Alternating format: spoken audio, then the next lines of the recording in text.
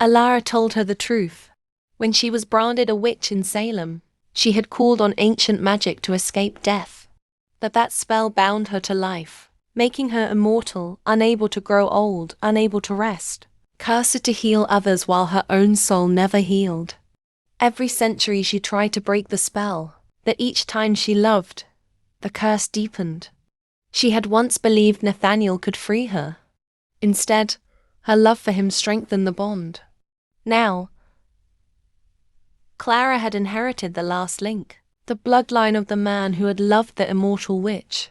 The marsh began to stir that night. Strange lights glowed over the water. Old whispers filled the air. The voices of those long dead. Alara said the time had come. The spell could be broken only when her story was told and her truth remembered. She had lived for centuries as a ghost in history, feared by all, understood by none. Clara stayed with her for days, learning the ways of healing, recording her memories. She discovered that Alara had saved hundreds of lives across generations.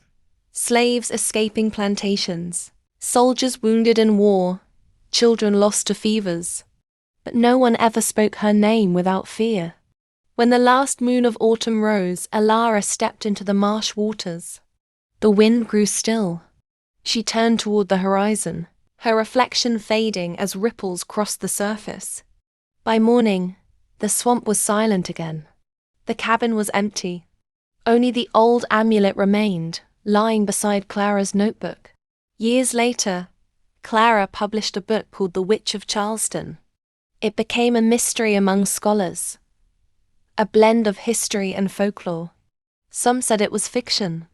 Others said the details were too real to ignore. In the final pages, she wrote that love could last beyond centuries, but curses could too, until truth sets them free. Sometimes, at dawn, locals say they still see a woman walking in the fog near the old marsh. She bends to gather herbs by the water's edge, her shadow long and graceful. They say she never aged. They say she still heals. They say she waits. And when the wind moves through the trees, if you listen closely, you can hear her whisper, "Some love stories never die. They just change form."